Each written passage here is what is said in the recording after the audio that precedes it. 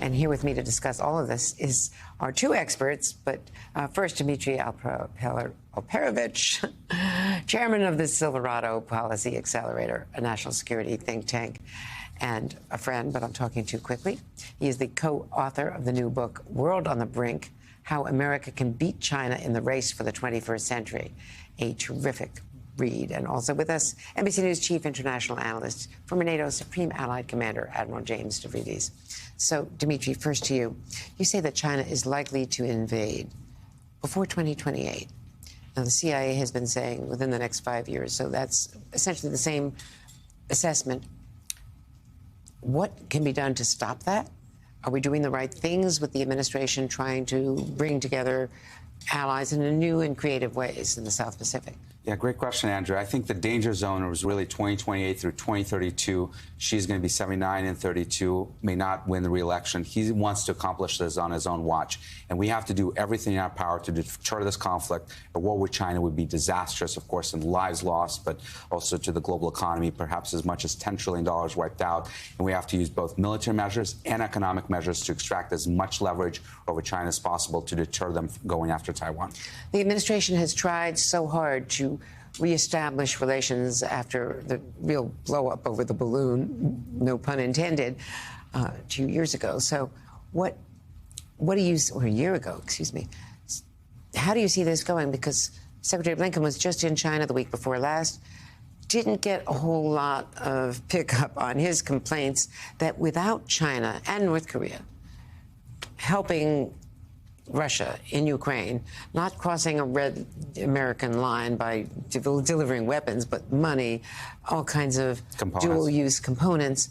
Without China, Russia would not be pushing back as effectively as it is against Ukraine because of Ukraine not having months and months of U.S. weaponry. Well, we have so many problems, certainly support for Russia, but also fentanyl, of course, the devastation in this country, but also overcapacity that the U.S. government is complaining about, dumping Chinese products in our markets, trying to destroy our economic advantage.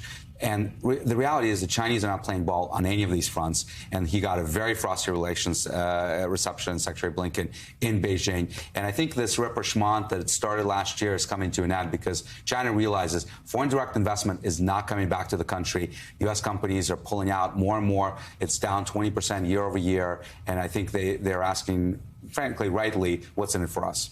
And Admiral Stavridis, at the same time, President Xi is now on his first visit in 5 years to Europe. And looking to Europe, a huge market for China. Macron and the rest of the leaders there, the EU leaders, want that Chinese commerce. But at the same time, they've got a war in Europe. And they see also China's support for Vladimir Putin as being, you know, a game changer, right?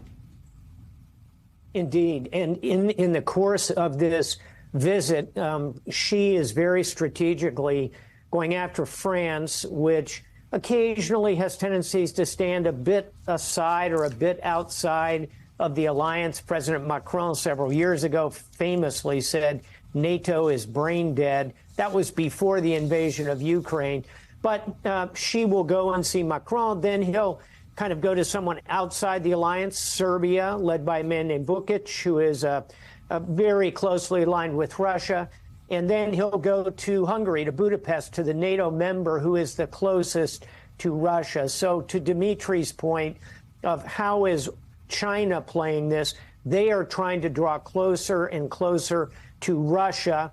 They don't want to trigger sanctions. That's why they're providing, you know, kind of dual-use components. I don't think that's fooling many people. It's going to be a real increasing state of tension between the U.S. and China going forward, especially in this election year.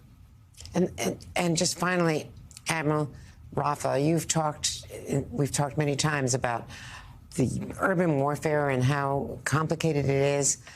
Even if it's not a major invasion, as you know, Israel is pulling back and trying to accede to American pressure, but there still has not been an effective plan, according to the U.S., for protecting the civilians there. What do you see in Rafah? What are the risks there for all of us? Yeah, quite clearly, 1.2, maybe 1.5 civilians, half of them children, are in Rafah. Israel has a moral and a military requirement to avoid civilian casualties. even as they go after Hamas, which is still buried in these tunnels, they should do two things. They should move as many of those people as possible to other parts of Gaza, maybe back into the north where this American pier is going to plug in and provide significant assistance. And number two, the Israelis have to go after that tunnel complex.